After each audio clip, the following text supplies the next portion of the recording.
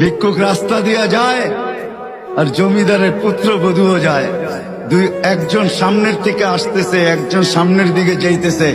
দুইজনের ক্রসিং এর সময় ভিক্ষুকের গায়ের কাদা জমিদারের পুত্রবধূর গায়ে লেগে গেছে। সে দুনিয়া আন্ধার করে ফেলছে, স্বামীকে ডাইকা নিয়ে আসছে, বলছে এই ভিক্ষুক আমার কাপড় নষ্ট করে দিছে। সে শুধু ভিক্ষুক ছিল না, বৃদ্ধ ছিল। বৃদ্ধ ছিল না শুধু, জীর্ণ ছিল, শীর্ণ ছিল, শরীরে কাপড় ছিল না, ফাটা চিরা কাপড় ছিল, পায়ে জুতা ছিল না, পেটে ভাত ছিল না।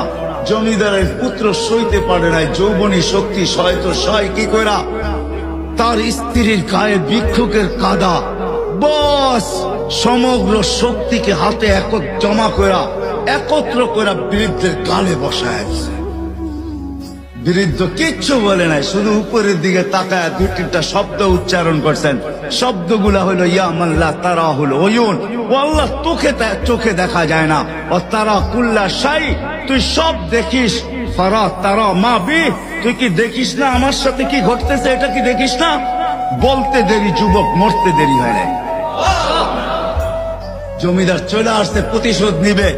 বৃদ্ধের একদিকে মুস্কি হাসি, একদিকে বলতেছে প্রেমের খেলা এমনই হয়।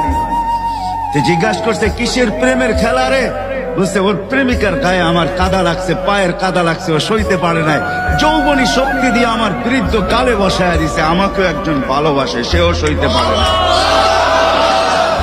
সেও সইতে পারে না। ও তো থাপ্পড় দিয়া খ্যান করছে, জান নিয়ে নিছে, জান।